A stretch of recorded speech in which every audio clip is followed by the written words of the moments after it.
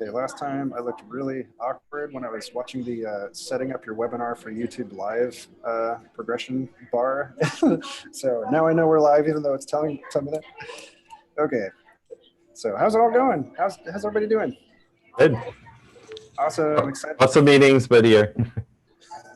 Totally. Excited to have you all here and talk through some issues and talk about how we can do some things forward.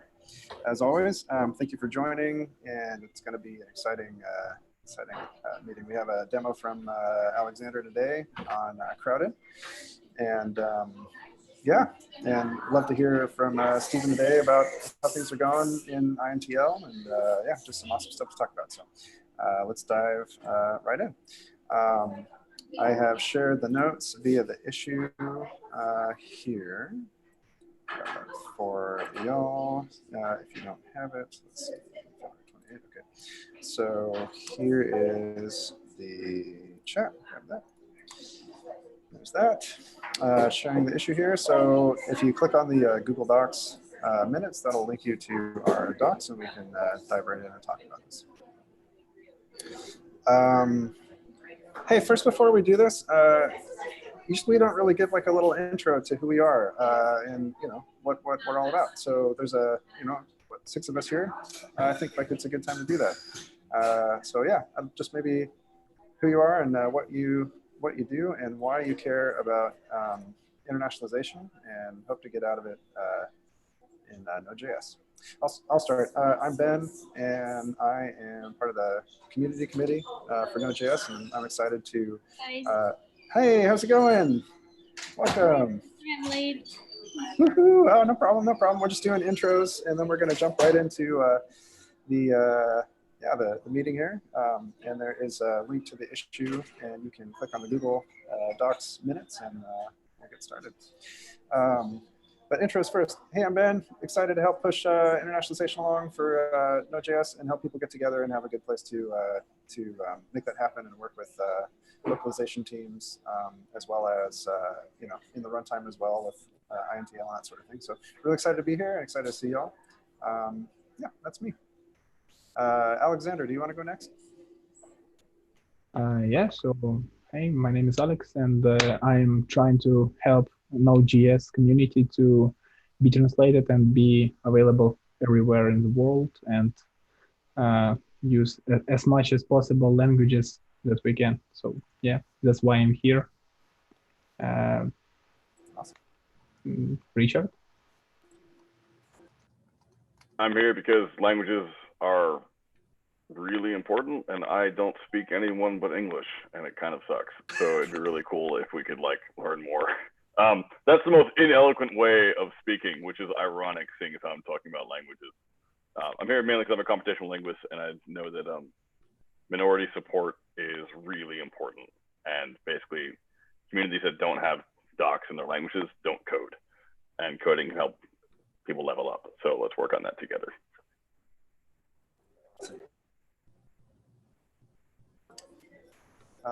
Galina, would you like to go next? Yes, sure.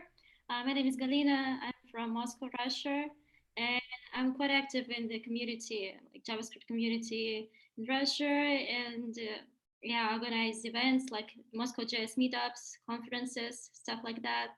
And I recently dived into Node.js, like going full stack, and I really like it, and I wanted it to like expand more, to be used more, to be more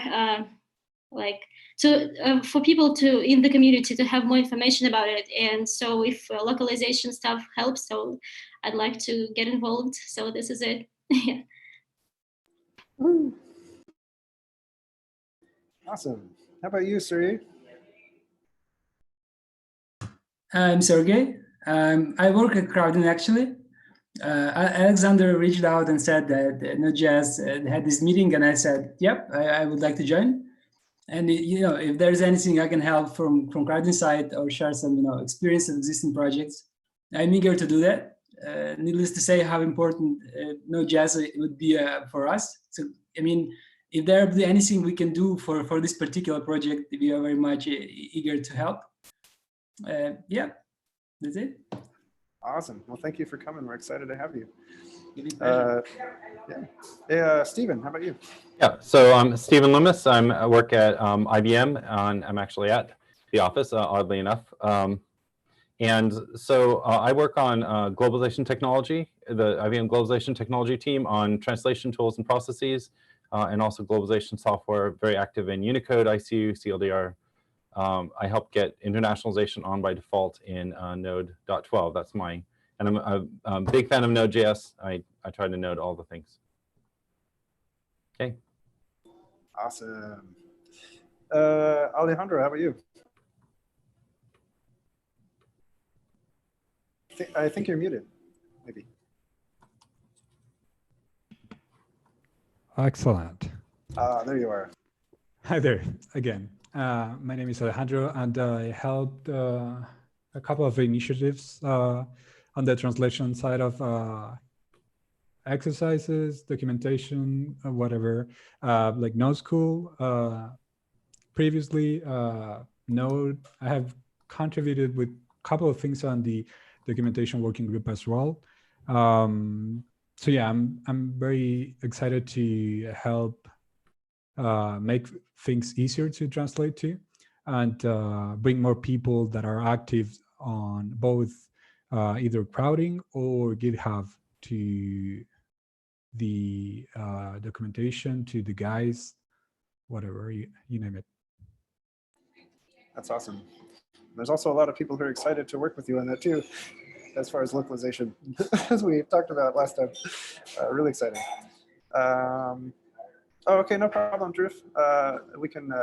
We don't have to. Okay, cool. No problem. We'll see you later, Drew. Well, great. We can kick things off. I think that represents everybody here. Thank you for giving intros, and really excited to have you. So the first thing up is the Crowdin demo, and I think that would be handled between Alexander and Surya. Do you want to kick that off? Yes, so I want to give a bit more context. So after previous meeting, we decided that we are going with the Crowdin to translate our documentation, but firstly we need to make some initial steps, like a configure connection. But also I figured out that a few people from the call haven't full picture how Crowdin works and how we can work with it, what is the benefits of that. So and also we agreed that we should write some documentation about this, about some guides, how we can get started with it, how we can how we can find some volunteers to help us with translations. And this is the open questions that we should solve. And this is the questions I went to the Crowdin team because I have a few things to discuss with them. And they are proposed to me to make some demo for Node.js community to show how it works, how we can help, how they can help Node.js with translations, and also answer to our questions. And but then they mentioned it can be 1 hour in duration. So I'm not sure that we are ready to make this demo now. But if we are agreed about that, we can make an additional call, or probably we can schedule the full demo for us for the next call. Because I think here is a most active people of community, of translation community or localization community. So I think it's good for us to see to see how Crowdin works and ask some specific questions that we want to know. And so I think for now, we can just ask some specific questions. And then if we are agreed to schedule a call, we can make a demo of Crowdin, make a full demo. And that's it. So it's a By bit. the way, I'm sorry for interrupting, but by the way, I can do a quick demo, like 15 minutes, just to show you how the crowdsourcing projects work at Crowdin and what would be the scenario. I'm not really in the context, so I don't know what was discussed before. But if they, if the thing you'd like to see is how the system works, I'm very much, I'm very much in to show that. Yeah, definitely. I think a 15-minute demo sounds great to get context for what needs. I think something that Alexander brought up last time at the meeting that we had last week in our working group was that Crowdin has moved to a 2.0, and there's a new version. In the past, we've had experience with the old version. It would just be nice to see some of what are the updates, what's the current status, how can we support.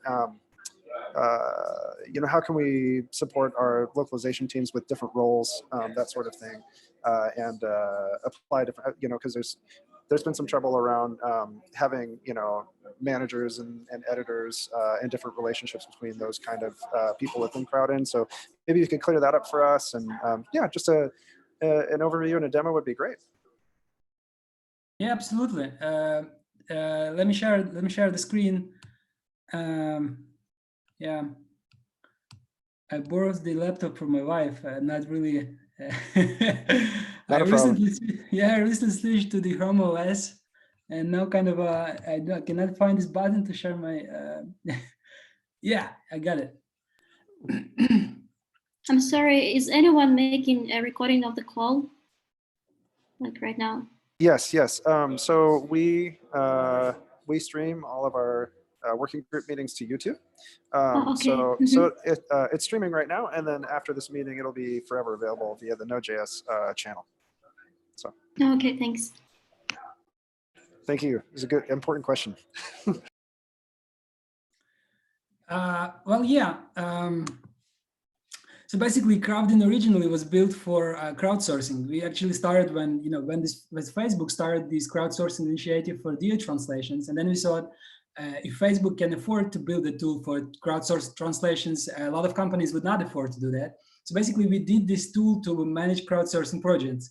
Well, recently, lately, we figure out that companies are not willing to pay for crowdsourcing, right? But we figure out there is another need. There's a need in management of agile localization, meaning doing quick updates, releasing, etc. And so Crowdin basically did a small pilot, and we start, we have become a tool to manage both crowdsourcing and agile localization. A lot of companies are using Crowdin to basically only solely manage the agile localization, but still have a lot of crowdsourcing. Well, at this point, we have 1.5 millions of registered users. Most of them are volunteers. And yeah, this is completely my fault. I did not check Node.js project at Crowdin. I right before the call, I went through the project and saw what was happening there. But I believe I still can share, can give some input on how would I set up this effort, or what are the practices I have seen other people succeeded with. Yeah. It's okay that you didn't pick Node because we're not this mature yet, so this is good. Yeah. So my first observation. Oh, yeah. You mentioned that you already know about the new Crowdin. New Crowdin is in beta status. So basically, we still do kind of a polishing and this kind of preparing for release. We do still have some of the companies using it already. The concepts are the same, mostly the same. It's all about localization and managing this stuff. But the difference would be if you would compare GitHub to GitHub Enterprise, that would be probably it. So more about security, more about managing organizations, because Crowdin.com is more like GitHub.com, right? So you have a lot of accounts, they can contribute, they can have own project, etc. But in Crowdin Enterprise, you have this organization, the stuff, organization stuff, the permissions, security, etc. And by the way, new Crowdin, I mean, it's not new Crowdin. Crowdin Enterprise, it has the new user interface. So, but the workbench where translators basically, where translators actually work is completely the same, functionality the same. Most of the backend is actually the same. So the UI and the concepts, this is the only difference. I would say for Node.js, it's completely okay to start with Crowdin.com and then switch if there would be a need. I will tell you what might be the need. For example, we are talking to Apache, and what they figure out is that they have a lot of accounts at Crowdin, and all of them are not connected. Meaning, for example, there is a Cordova, this stuff for mobile apps, managing own environment. Then they have another and then they cannot share like resources, assets, management, and so they are moving to Crowdin Enterprise. Basically, they are setting up from scratch the whole infrastructure in Crowdin Enterprise because they are willing to manage the whole ecosystem right in one place. If Node.js at this point would be only documentation, or there would be some libraries and documentation, that's completely okay to start with Crowdin, not a problem at all. And at any point in time, we can switch to new Crowdin like automatically, just move this stuff transparently for volunteers, etc. So as long as things started moving slowly, it's okay to continue with Crowdin.com. And before I switch to the demo, my observation is that, let me tell you honestly, crowdsourcing works perfectly if you are Minecraft, a big crowd, a relatively small project, and then they contribute, they vote, they select the best translation, etc. But if documentation is boring, right? You have to work like for 2 weeks to do translation of documentation. So I'm sorry for saying this, right? But this is kind of true. But how projects usually manage this is they select what's called the language maintainers. So if you would see how Apache, for example, Node.js is fun because I'm not a software developer, but I like this technology. I mean, all of the developers are saying that we have to completely switch to Node.js. So Apache is also boring, right? What they do is they have kind of maintainers for every language. It's like a maintainers in traditional open source concept. And then those maintainers usually are responsible to bring and manage the local communities for one language. And I know personally a few of those guys. So they might be like from universities, from technical university in the city where I live.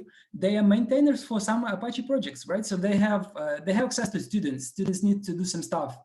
They have access to fans around the country. So my first recommendation would be, and I believe this is the biggest challenge of this project, is to have those who will care for every language. So not to try invite that much people that will translate a few sentences and that will gather. I mean, that will get up to the whole language translation. So I have to say it again. So my recommendation would be to somehow figure out what would be the channel, but find maintainers for languages, and that's it. So that's the biggest challenge. And this is not about kind of crowding or not crowding. I know some, if you would even decide to go with another tool, the challenge would be the same. So crowding kind of is only the tool how you manage the work.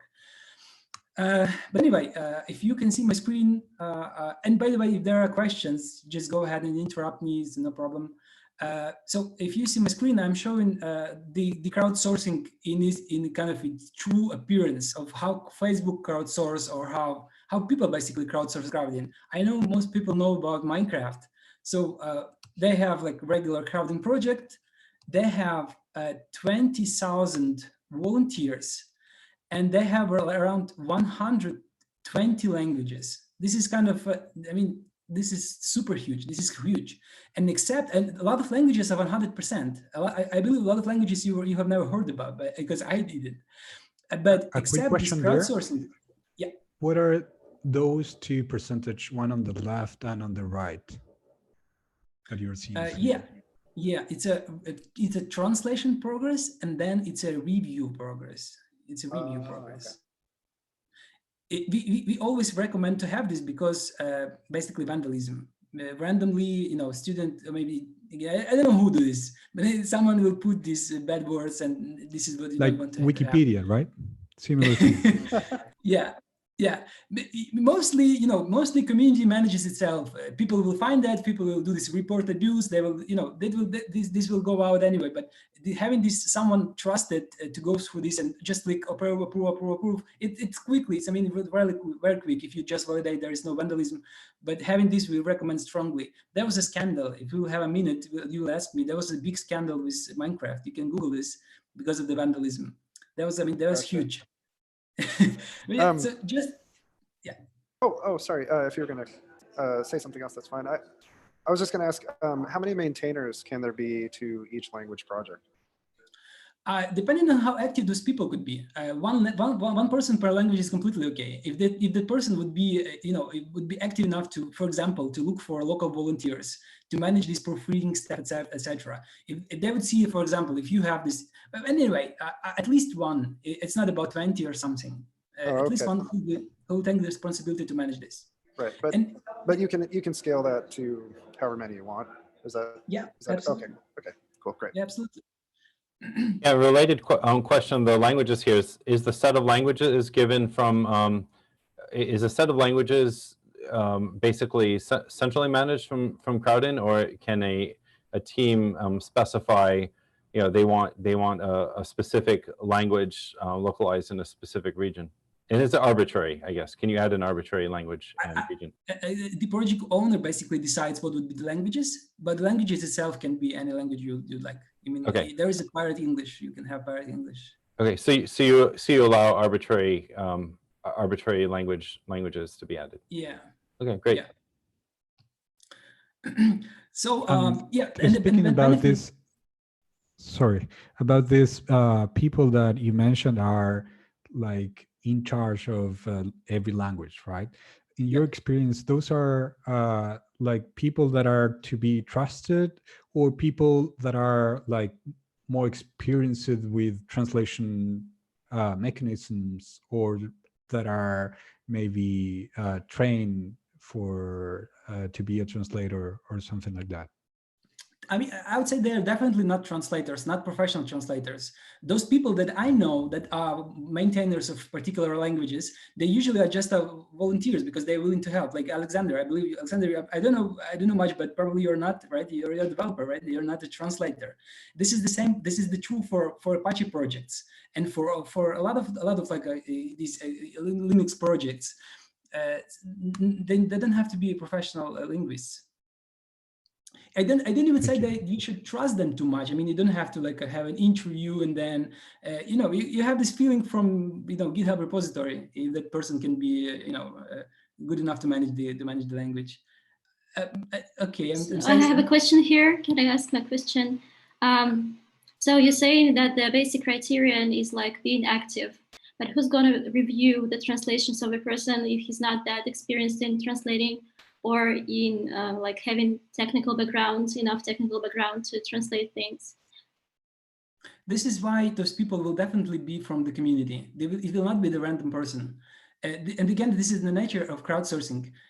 People at Crowdin who translate Harry Potter, just volunteers, they never translate Node.js. And those who translate Node.js, they will never translate Harry Potter, right? So when you, for example, the scenario might be like this.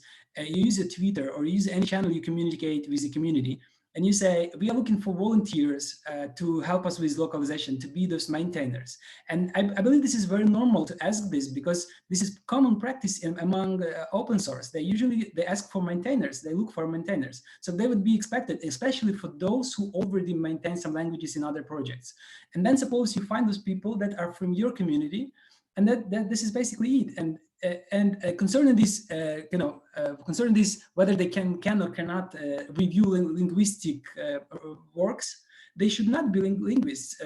Like this is true for Minecraft, for example. Those people are students. I mean, sometimes they go to school, like a middle school. But why don't Microsoft buy professional translators? I do believe they do have money for languages, because first, they have this best possible quality. Linguists are people that are not technical or not, they don't know about Node.js, they don't know about Minecraft. So when the end user translates for himself, this is the best possible quality ever, like best possible. So I'm sorry, but I cannot agree here. I mean, like if you have enough enthusiasm and you're active, it's not enough. As I see that normally maintainers of some repos in Node.js, I think specifically too, someone who's also technically experienced in some like some domain, some area. It's just you cannot. We have to have somebody as a reviewer. But of course, sorry, Crowdin have this functionality. It's called proofreading. as much as I know. They call proofreaders, and yeah, so he mentioned this, how many people do we need for one language, and he said it is just one. But answer to your question is the minimal is two. Is this what the question you're asking for, right? You asking for yeah, I mean, we can have one like, technical guy who like to who very active, who like to translate, but we also need to have some more experienced translator, kind of translator, or just language who know this language as probably native speaker. It will be great to have him as a proofreader. Yeah, as that's the answer to your question, I think. So the minimal count of the people for one language is two. But if we haven't this, for example, we want to translate to some specific language. I don't want to say some example language to not not be blamed, but for example, some specific language, and it's really hard to find, for example, two people. And what we should do, we don't want to translate, but if we have one developer or one guy who really excited to do this, so why to not give them a possibility to do it? And then if some another native speaker opens the documentation and then decided, oh shit, how this really bad translated, I would like to help with that, then he will join to translation process and just fix everything or just proofread everything. So this how a crowd process crowding process working. So it's not. Yeah, I get it. I totally get it. I mean, what is the role of a maintainer then? Is he or she a guy who like says the final word about some proofreading stuff, or I don't know, what is the role again? Yeah, let's assume that he is not necessarily have to go through translations, but he can basically do this. Let's assume that we are finding a project manager for every language. If this project manager would agree to do some translation work, perfect. If not, there would be enough for him to find volunteers, to assign proofreaders, and decide how this particular language should be translated. So to me, it sounds like, oh, sorry. I was just going to say, is it a question on a project level of, whether you use content that's been proofreaded or whether you use contributed content that may not have had the same review? Is that something that's a project level discussion?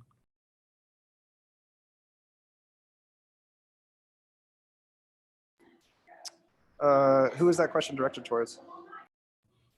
For Crowdin. My fault. I'm not sure I can answer that. Maybe you can ask again.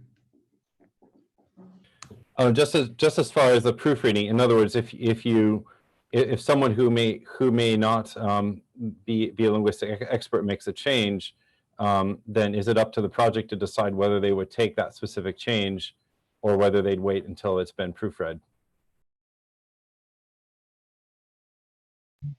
So if I'm not wrong, it's a question about flow of translation. Can we configure translation process without proofreading, or we can strict does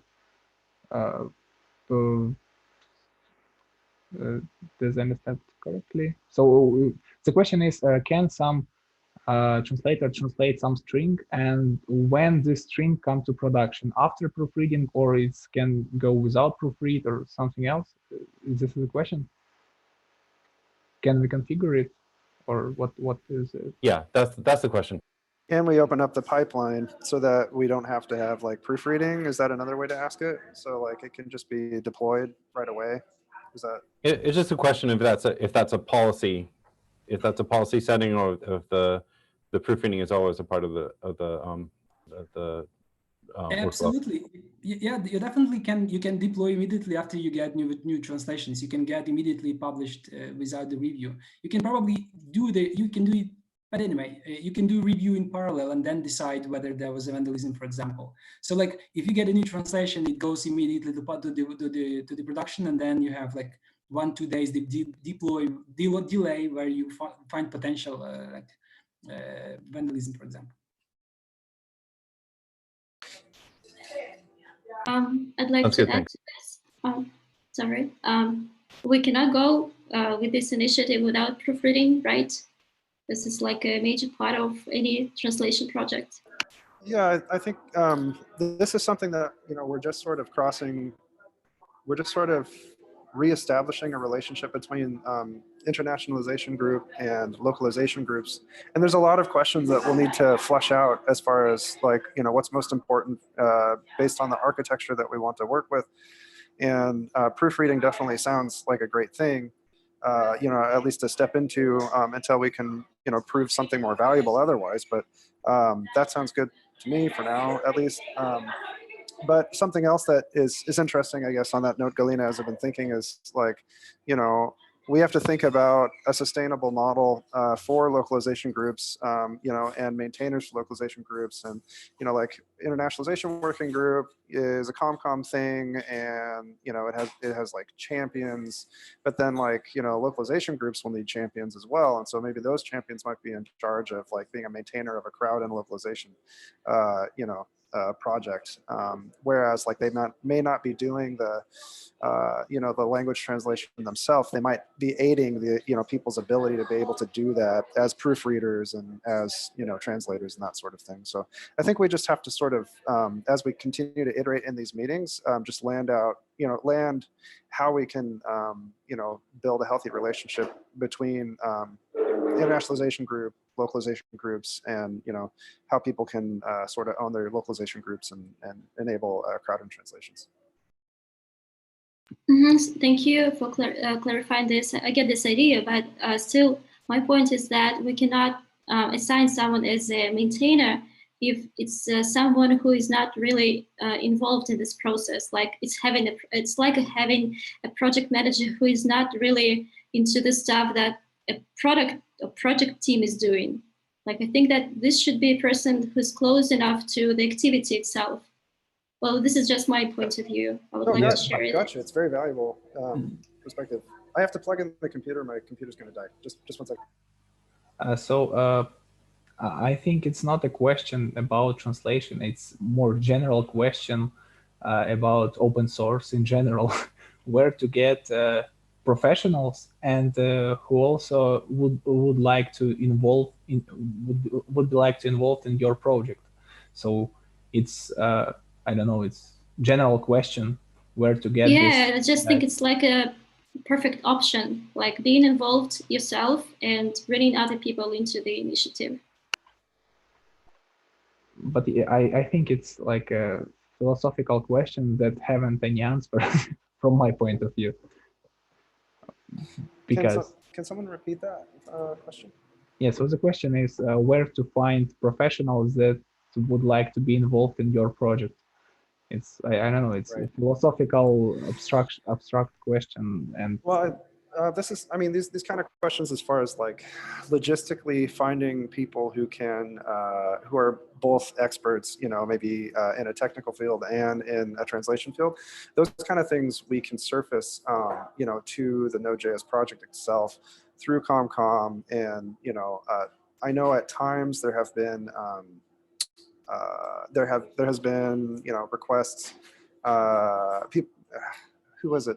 What's his name? I can't remember his name right now, but someone had mentioned some time ago, that they have a connection through LinkedIn and they would be willing to offer translation services and, that sort of thing that they utilize. And so, I mean, there's like potential within the project to leverage the translation, groups from, other companies that people represent. I think we just need to figure out how to surface the right questions to the right people within this project. And we can't, the Internationalization Working Group shouldn't handle like all those logistics themselves. Like, we're not equipped for that. We need to surface this to a top level committee within Node.js and be like, hey, we need help in this way to find, professionals who can help us. And that would be the way to go for that. Right, and it's one of my action items from last time. I did eventually file the, just at the beginning of this meeting, filed an issue about trying to get communication among all the language work groups, language specific group. It's like this Espanol group in Node.js and such. And I think this would be, probably, sharing this recording even and sharing some of this communication would be really helpful in that. And I can give a try to give a very brief personal comment. A while back, I started the Maltese language Wikipedia, though I'm not a fluent speaker, certainly not now. And one thing I saw is, people would go in and say, well, this is interesting, but this isn't naturally written. Let me fix it. And now it's thriving. I'm no longer an administrator at this current moment, but it's often thriving as a community. So all I have to say is I think there's some value to getting something started, even if you don't have the level of expertise that may be needed, and then growing into higher quality as you can. So that's one way that I would look at it. And also having the infrastructure available for those people to fulfill the roles, and it's like starting on a solid foot and being able to have the position for people to jump into. Yeah, that's a good perspective. Thanks, Steve. I would like also. Oh, okay. Oh no, I was just going to say, and thank you, Galina. I was going to say thank you. Oh, okay. I would also like to say that I think that a person who's able to bring more people to the initiative should be someone who's really active in the community, like posting it over Twitter or in other communities, like spreading the word. And to mention, I should also mention that I have had translation experience. So before I became a JavaScript developer, I used to be a translator for years. So yeah, by the way, if it's like something to mention. So yeah, I could have both the domains of expertise. Yeah. That is awesome. So awesome. And on the other side of that too, bringing it back to top level node committees again, this kind of thing can happen very naturally as we get translators and people involved, as we've done. It just happened last week with a Spanish working group with Alejandro, and he put something out and he got a huge blast. But if we tactically do that through a top level committee and are able to gather have it would probably go through as a marketing initiative through Node.js, and then we would be able to have people who want to champion tweeting about stuff and bringing people together and funneling. Obviously, we need, as we talked about before in these other issues, we're going to need to have the guidelines to give people directives to where they need to funnel to and how they can get involved. But I think it's there's these. There's all these pieces that can come together. We do have the support, as far as being able to push out, like a blast to get people involved and that sort of thing. But it's mostly just about gravity. I feel like getting, continually gaining gravity and trying to have more maintainership within this group as well. People that's the number one thing I think is the progress is going to continue the more maintainers that we can have within this internationalization working group to help us push forward those initiatives. Because a lot of us are doing this, volunteer and that sort of thing, and don't necessarily have a lot of time to put in or as much time as we'd like, and so. Yeah, there's sort of a mixture of different factors that make it hard, but yeah, increasing our maintainership will help us, I feel like, in that regard. Okay, got it. I still have a question about which stuff we're going to translate. It's only documentation or something else? So there's a couple of different things here.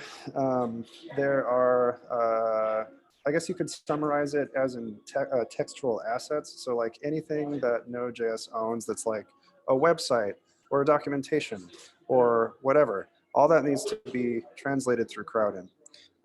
And the internationalization working group itself kind of helps in two areas in that way, or is trying to support two areas. It's trying to support the translation of these textual assets via Crowdin and deploying them to their end targets, which are like our sites and that sort of thing.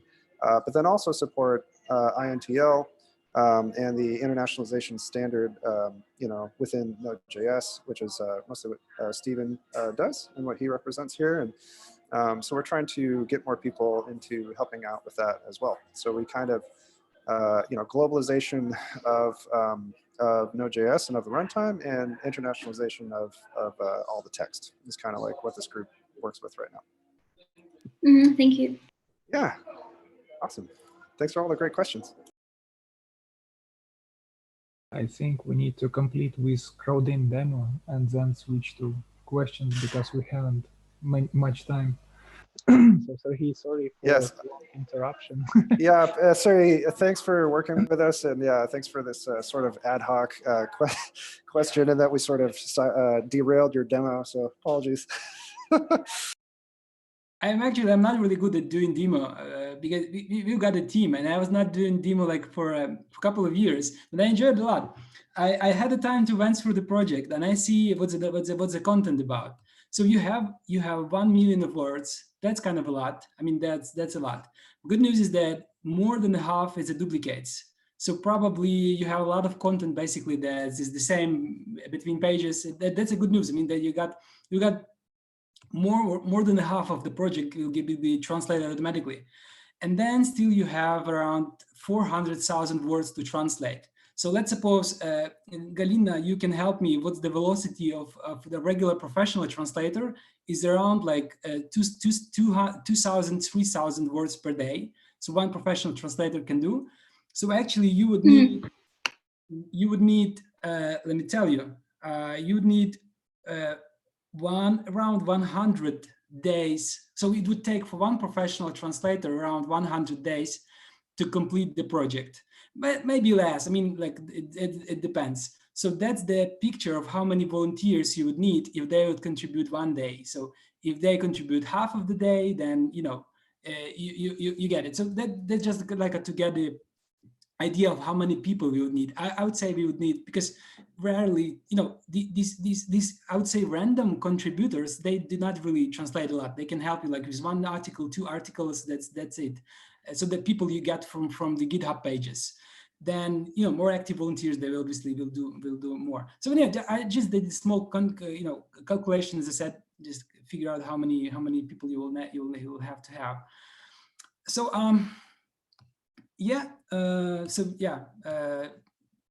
let's return to the demo. The Node.js project and a lot of languages. So basically, concerning the documentation and quick start, we tried to make things as obvious as possible for non-professional translators, because if you would expect a gamer, a guy from middle school to help with translation, they should be very intuitive. And so, but again, style guides are definitely good, and some intro to the project is also definitely something is recommended to have. So anyone that would enter the page, this is intuitive to select the language. So I go select the language, and then I go to the file I'm basically willing to translate. So and yeah, basically Crowdin then helps as much as possible to this potential volunteer. So what we do is, for example, we do highlight and validate translations. If you have got, if you have got this, HTML markup or something that can potentially break the translation, we do validate this as much as possible.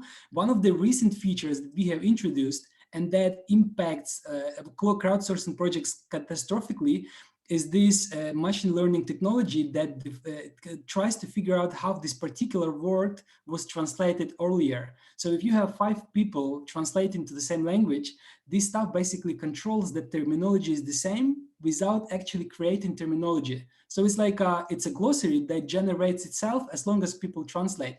It's like, let's take. I'm sorry to interrupt. Is it like translation memory stuff?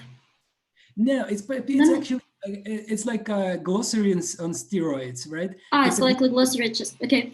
Yeah, so at the end of your project, you will have glossary for every word in your project, as long as you start. Let me tell you an example how IKEA does. So IKEA says, we always write desk, we never write table, we always have to have desk. In every language, you have to keep the same style guide. Between pages, the terminology should be the same. So basically what this stuff does, it controls whether on every page you will have table, there will be no desks, there will be always table. And this again, this is small helpers to the crowdsourcing. I have a question here right before we go into other stuff. If we have a reviewer like configured assigned in the project, and if he or she reviews the stuff and like chooses completely another version of translation, does it overwrite the prior version? Maybe Yes. many more people chose another kind of translation, and then you like say, no, it's not right. This is the right one. I review it. I put it like a landmark. So Do we have this option here? Do you say about changing the terminology after the project? I mean, after you complete the translation, for example? So yeah, after multiple entries by other people who maybe were wrong in this translation, and you like see this is wrong. I know the right one is different, and you like say this is the right one. It should be the right one. Yeah. So basically, this option is available for proofreaders, maintainers, and project owner. It's called the replace in translation. So basically, it works like in you'd expect in Google Docs. You put what you would like to replace with what, and that's it. I don't know what to say this, but again, I would say like concerning the translation tools, I do believe we have most of those that you would like usually find in the translation tool, because we're doing this like for 10 years, and 1.5 million registered users. They have suggested all of the ideas we can ever get. As much as we could be implemented. So concerning this, if that sounds passive aggressive, I'm really sorry, but I just want to say that most of the translation tools are indeed implemented. So like a translation memory you mentioned and similar.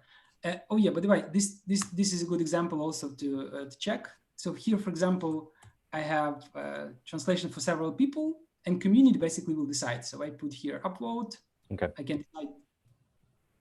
Yeah, sorry. No, I say good. So that's where the voting comes in. Yeah. Can I ask you something about the glossary real quick? Is that feature, can that feature be manually updated? Like, can we add things to this glossary that make it helpful for one? We can? Okay, perfect. That's super helpful. Yeah, it's interesting. This example is, I think these are inflections of the word mandulia. Mm-hmm. So it's the same, it's the same or related word, but you have inflection differences. So that different cases. Yeah, thank you. Yeah, grammatical cases. Yeah. Grammatical case. Yeah. So it's that might be something to take into account. Yeah, that's awesome. Yeah, sure. Yeah.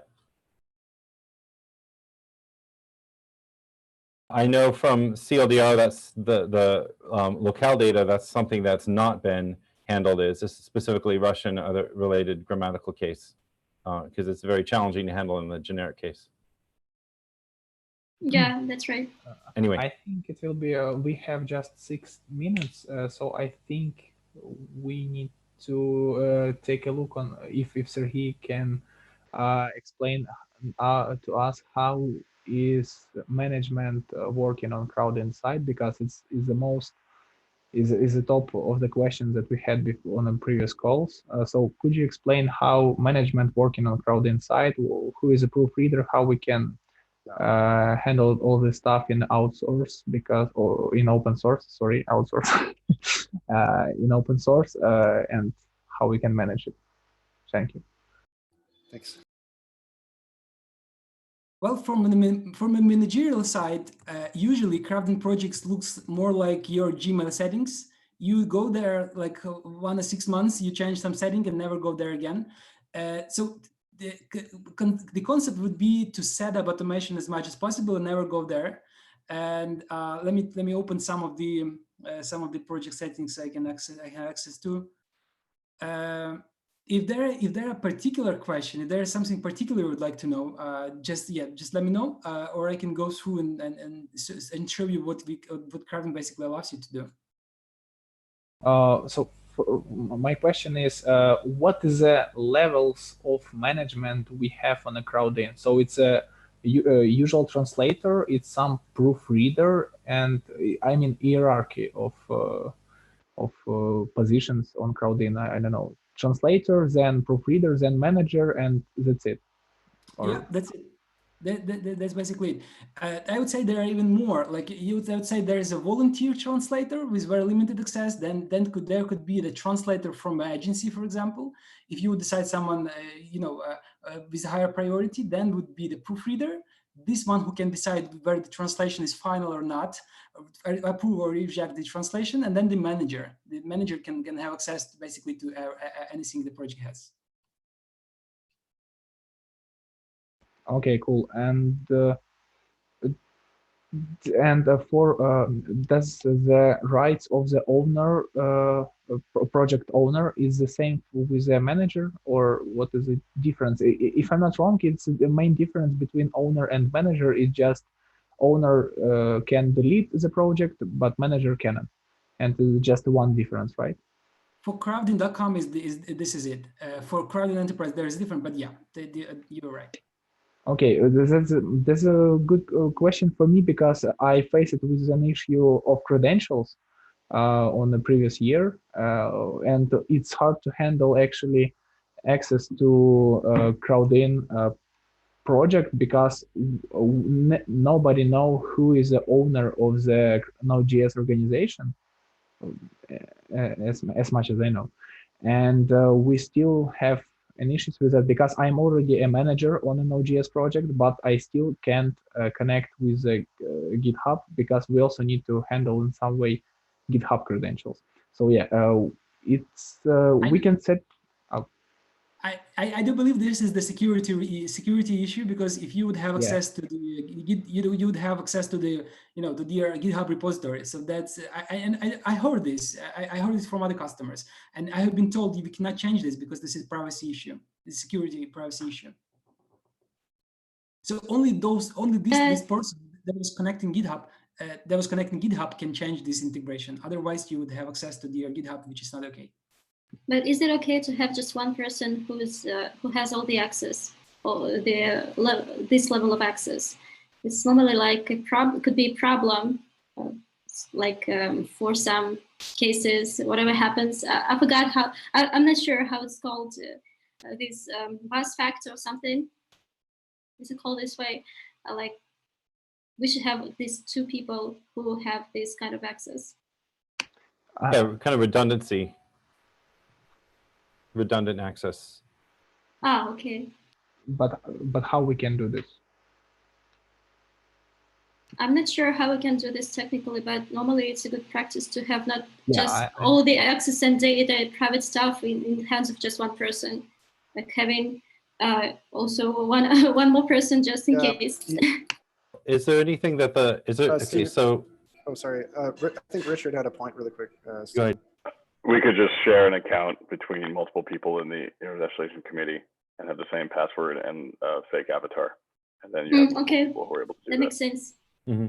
Yeah, that could work.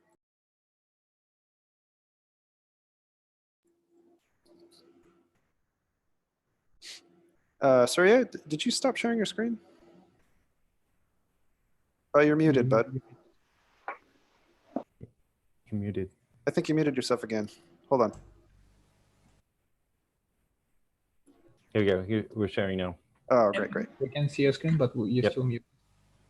Completely my fault. The battery dried out, and I had to restart the session. This is my fault completely. No problem.